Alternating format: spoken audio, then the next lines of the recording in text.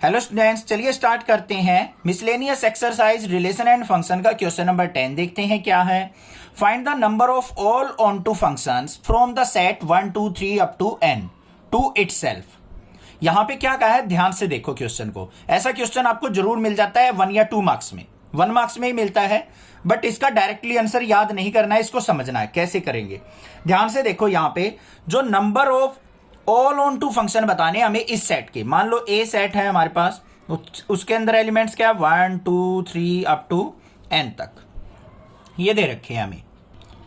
On to function देखने हमें, उसके लिए इसका मतलब क्या, हमें प्री इमेज देखनी पड़ेगी। ये होती है हमारे पास प्री इमेज, ये तो इमेजेस बनती हैं इसमें, यहां पे हमारी होती है प्री इमेज डोमेन।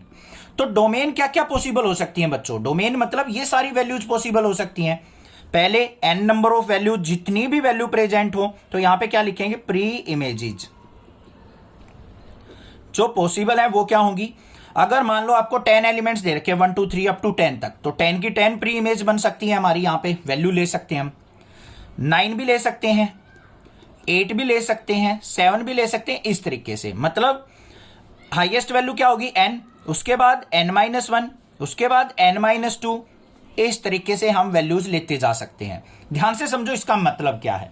अब अगर मान लो आप कोई भी फंक्शन देते हैं आपको f such that natural values to natural value, ये जो होती है हमारी डोमेन होती है या फिर प्री इमेज होती हैं, इनमें हम वैल्यू जो पुट करते हैं बच्चों, मैक्सिमम n तक पुट कर सकते हैं। यहां पे 1 2 3 4 लिखते चले जाओ, लिखते चले जाओ, या फिर n से कम। n की कोई फिक्स वैल्यू तो है नहीं हमारे पास, तो हम यहां पे हम एग्जांपल बनाते हैं 1 2 3 4 लिख के भी बना लेते हैं, 4 वैल्यूज भी लिख के बना सकते हैं।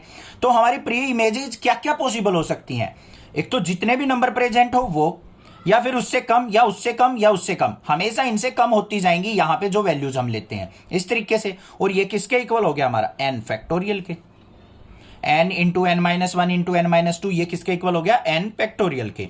और यहां पे और भी क्या लिख सकते हैं हम, number of onto function या फिर प्री इमेजेस किसके इक्वल होती है, नंबर ऑफ टर्म्स फैक्टोरियल।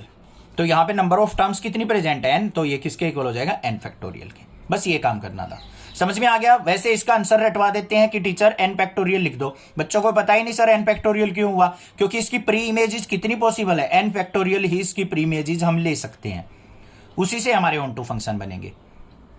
समझ में आ गई बात, क्लियर है। आपको पता है ना f x is equal to क्या होता है, y के इक्वल, तो ये एफ एक्स क्या हो गया हमारी यहाँ पे प्री इमेजेस, ये हमारी n फैक्टोरियल पॉसिबल है। ऐसे करना है क्वेश्चन। कोई भी दिक्कत लगे आप मुझसे जरूर पूछे, अदरवाइज चैनल को सब्सक्राइब कीजिए, लाइक कीजिए और शेयर कीजिए। Thank you students for watching next classes video.